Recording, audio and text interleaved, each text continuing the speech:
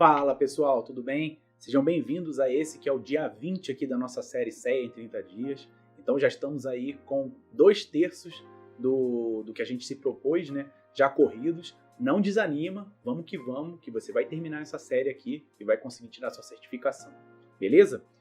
Complementando e continuando a aula de ontem, né, que a gente estava falando de fundos, agora a gente vai falar da classificação de fundos. Então existem duas classificações, a classificação CVM e a classificação ANBIMA. E antes da gente passar para essas classificações, vamos falar sobre os tipos de investidores diferenciados, que são os investidores profissionais e investidores qualificados. Isso aí está escrito lá na ICVM 539, a gente vai voltar a falar dela mais lá para frente, tá? Mas eu já vou colocar isso aqui e depois vocês podem dar uma baixada nela também. Essa aqui já é um documento bem curtinho, vale a pena vocês darem uma olhada, porque vai deixar bem claro a parte desses tipos de investidores diferenciados e também a parte de Suitability, API, que a gente já falou um pouquinho lá atrás e vamos retomar lá no módulo 7. Então, os investidores diferenciados. Investidor profissional. O que a prova mais gosta de cobrar é esse caso aqui, tá? É a pessoa física e jurídica que tem mais de 10 milhões de reais de investimento e tem que atestar por escrito isso. Se você só colocar 10 milhões de reais na sua corretora e não atestar, lá vai ter uma opção de você se classificar como investidor profissional. Se você não fizer isso, você não está atestando e você não é um investidor profissional ainda, beleza? Outros casos de investidores profissionais. Fundos, né? Por isso que a gente começou a falar desse tipo de investidores aqui. Seguradoras, instituições financeiras e tem mais alguns que vocês podem ver lá na ICVM 539, beleza? E o investidor qualificado, que todo investidor profissional é um investidor qualificado também. E o caso que a prova mais gosta de ver é esse aqui, ó. Uma pessoa física ou jurídica que tenha mais de 1 milhão de reais em investimentos e também ateste por escrito. Então, se eu tenho 10 milhões, eu tenho 1 milhão, né? Então, é aquele caso. Todo investidor profissional é um investidor qualificado. Mas o contrário não vale, tá? Nem todo investidor qualificado é um investidor profissional. Vamos lá, então, para a classificação CVM de fundos. Tem basicamente 4 categorias aqui, tá? Fundos cambiais, fundos multimercado, fundos de ações e fundos de renda fixa. E aí, para poder ser cada um desses aqui, tem que atender a alguns critérios. E o que a gente tenta explorar aqui nessas classificações são aqueles critérios mais latentes, mais gritantes, tá? Que normalmente a prova gosta de cobrar. Então, primeiro, fundo cambial é aquele que tem 80% do seu patrimônio, né, exposto aí à variação da moeda. Então, o fundo cambial de dólar vai ter 80% do seu patrimônio exposto à variação do dólar. Se o dólar subir, esse 80% do patrimônio vai subir também. Se desvalorizar, ele vai cair.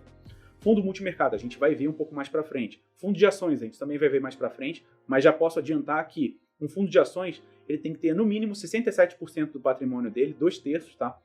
Em BDR de nível 2 e 3, a gente já viu o que era BDR, já vimos os níveis também. Bônus de subscrição, ações, né, esqueci de falar, e cotas de fundo de ações. Então, um fundo de ações ele pode ter cotas de outro fundo de ações, certo? E um fundo de renda fixa, ele vai ter no mínimo 80% do seu patrimônio atrelado a alguma coisa de renda fixa. E a renda fixa, lembra que a gente viu que ela era pré, pós e esse pré-fixado? O pós-fixado, desculpa, ele podia estar atrelado, por exemplo, ao CDI, a Selic, ou então ao índice de preços, como é o IPCA, ou o IGPM até, né? Então, nesse caso aqui, ele fala que 80% do patrimônio vai ter que estar atrelado à variação de taxa de juros, como, por exemplo, uma Selic, ou índice de preço, como, por exemplo, o IPCA, tá certo? Vamos dar uma olhada aqui, então, um pouco mais explorado cada um desses que eu marquei com um asterisco ali no slide anterior. Então, o fundo multimercado.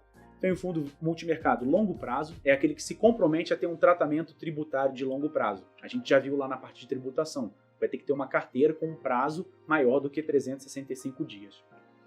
Um fundo de crédito multimercado de crédito privado, ele vai ter que ter no mínimo 50% em ativos de crédito privado. O que isso quer dizer, crédito privado? É o crédito de empresas privadas, não é do governo. Então, CDB, LCI, LCA, CRI, CRA, debêntures, tá bom? E o fundo multimercado de investimentos no exterior, ele é exclusivo para investidores profissionais e qualificados, tá bom? Fundo de ações, já tinha falado lá uma das condições, né, que é ter 2/3 do patrimônio em ações ou seus desdobramentos. Mas existe o fundo de ações de mercado de acesso, é aquele que vai ter que ter 2/3 do PL em ações do segmento mercado de acesso. Existe o fundo de ações BDR nível 1, lembra que lá naquelas desdobramentos de ações falava só de BDR nível 2 e 3. Aqui vai ser o fundo de ações BDR nível 1, em que vai poder incluir PDR do nível 1 também, tá bom? Agora, fundo de renda fixa. tem mais desdobramentos aqui. Então tem o fundo de renda fixa curto prazo, ele vai ter um título... Então tem um fundo de renda fixa de curto prazo, ele vai ter títulos com no máximo 365 dias para vencer e a duration da carteira de 60 dias. Pessoal, preste atenção nisso aqui. A Receita tem um tratamento para dizer o que é fundo de curto prazo e de longo prazo. É aquele que eu informei lá na aula que eu falei de tributação e que eu falei um pouco de fundo de investimento. Para a Receita, a diferença é 365 dias. Abaixo de 365 dias é um fundo de curto prazo. Acima de 365 dias é um fundo de longo prazo. A CVM, ela tem essa atribuição aqui para fundo de curto prazo, tá? Que é um pouquinho diferente, fala 375 dias e a duration da carteira vai ser menor do que 60 dias, tá? Então entenda que existem duas instituições com atribuições diferentes usando o mesmo nome, tá? Mas a CVM, quando fala do longo prazo, ela diz que é o mesmo tratamento da Receita, tá? Então tá aqui, ó, fundo de longo prazo, tratamento tributário de longo prazo. Um fundo de renda fixa referenciado, ele vai ter que ter no mínimo 95% dos ativos que acompanham o índice de referência. Então, um fundo de renda fixa referenciado IPCA, ele vai ter que ter 95% dos seus ativos referenciados ao IPCA. Pode ser uma debênture do IPCA, pode ser um CDB de IPCA, ou pode ser uma NTNB, que está atrelada ao IPCA. Vários ativos diferentes, mas todos estão atrelados àquele índice de referência.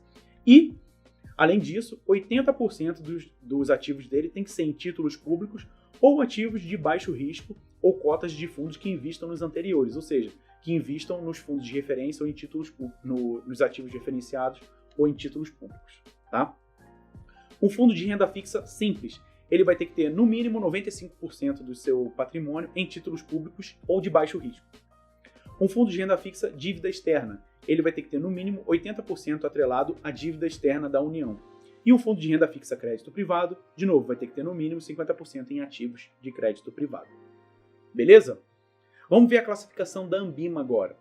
A classificação da Anbima, ela tem 3 níveis, sendo que o primeiro fala da classe de ativos, o segundo do tipo de gestão e risco e o terceiro nível da estratégia. Já dá para ver que a classificação da Anbima ela é bem mais desmembrada do que a classificação da CVM, tá? Então, recomendo que vocês vejam a classificação da Anbima na cartilha que ela tem, ó. Se você for só no Google e colocar classificação fundos Anbima, vai ser direcionado para um link com esse PDF aqui, com essa cartilha, ó, cartilha nova da classificação de fundos. Tem 28 páginas e aí tá bem explicadinho aqui o que é cada item desse da classificação Anbima de fundos, tá? Mas vamos voltar aqui que eu vou falar de alguns deles para vocês. Então, no primeiro nível, tenho 4 diferenciações que são as mesmas lá da CVM, renda fixa, cambial, ações e multimercado. Para cada um desses, ou seja, para o primeiro nível de renda fixa, eu vou ter vários de segundo nível. E para cada um dos de segundo nível, eu vou ter alguns de terceiro nível, tá? Vamos falar aqui da forma mais simples. Então, o cambial. Quando o primeiro nível for cambial, o segundo e o terceiro também são cambial, não tem desmembramento, tá? E ele tem que ter no mínimo 80% relacionado à variação da moeda, assim como era a classificação CVM lá, beleza?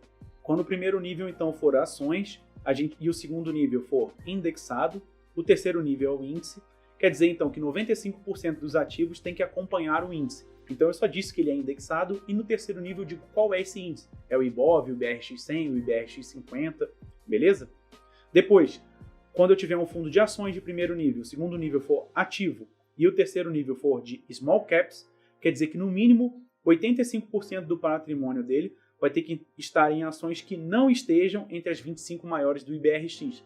Lembra que o IBRX ele fala das ações que têm os maiores índices de negociabilidade. Então, essas aqui, como eu estou falando de small caps, são aquelas menos negociadas em empresas menores, então elas não podem estar entre as 25 maiores do IBRX. Vamos para o próximo. Fundo de renda fixa, segundo e terceiro nível. Simples, então vai ser segundo nível simples e terceiro nível simples também. 95% em títulos públicos. Fundo de renda fixa, segundo nível simples. O segundo nível, na verdade, não tem...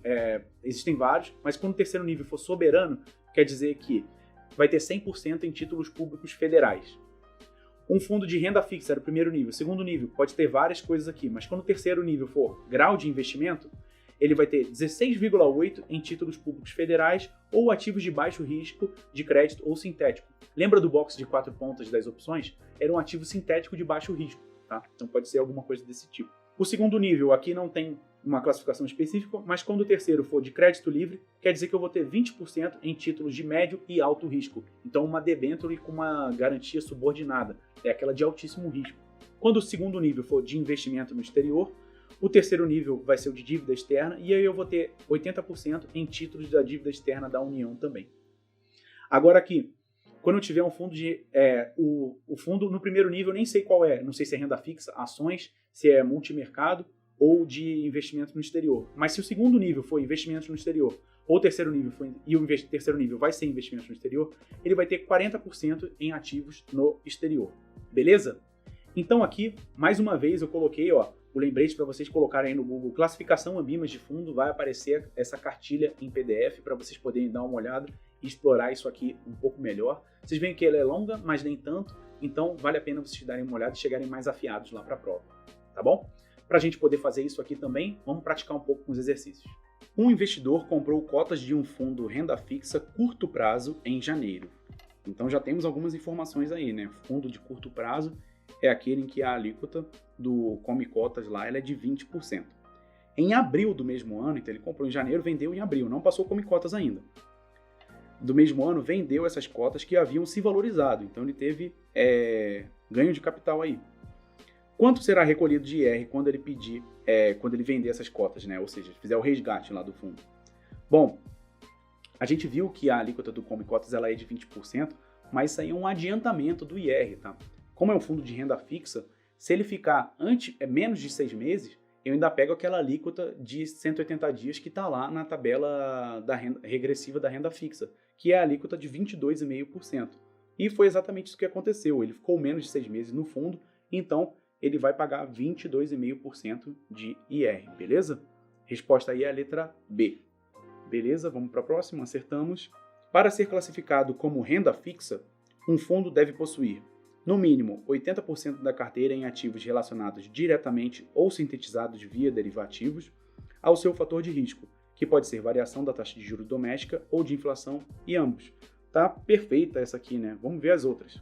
80% do seu patrimônio, no mínimo, aplicado em títulos públicos federais ou papéis privados de baixo risco e atuação nos mercados futuros limitados ao valor do seu patrimônio com finalidade de proteger a sua carteira.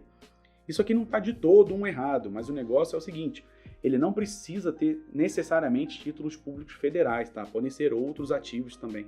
Então, isso aqui ele está falando de outra classificação de fundos que não é só de renda fixa, tá? 80% da sua carteira aplicada em ativos relacionados diretamente ou sintetizados via derivativos ao seu fator de risco. E aí diz que esse fator de risco é só a variação de taxa de juros doméstica, né? É a única diferença que tem aí para a letra A. E não, pode ser variação de taxa de juros ou inflação ou ambos, tá? É assim que está lá na definição de classificação de fundos, como está na letra A. Nossa, aqui também está errada. Letra B está errada. Vamos ver a letra D. Carteira composta exclusivamente por ativos de renda pré-fixada. Não se admitido investimento em ativos pós-fixados. Não tem nada a ver isso aqui, tá? Então a resposta realmente é a letra A. Acertamos também. Vamos para a próxima. Um fundo de investimento referenciado no CDI deve. Se ele é referenciado, ele tem que seguir ao máximo esse CDI, tá bom? Então, obter rentabilidade superior ao CDI e cobrar taxa de performance? Não. Esse aqui seria um fundo ativo que tivesse como referência, né, o seu benchmark, o CDI. Mas não é o caso aqui. Deve operar alavancado para obter rentabilidade superior ao CDI? Não, ele tem que seguir o CDI. Deve ter rentabilidade próxima do CDI, tá bom? E no mínimo 80% de ativos que acompanham o CDI? Não, esse percentual aqui que está errado, tá?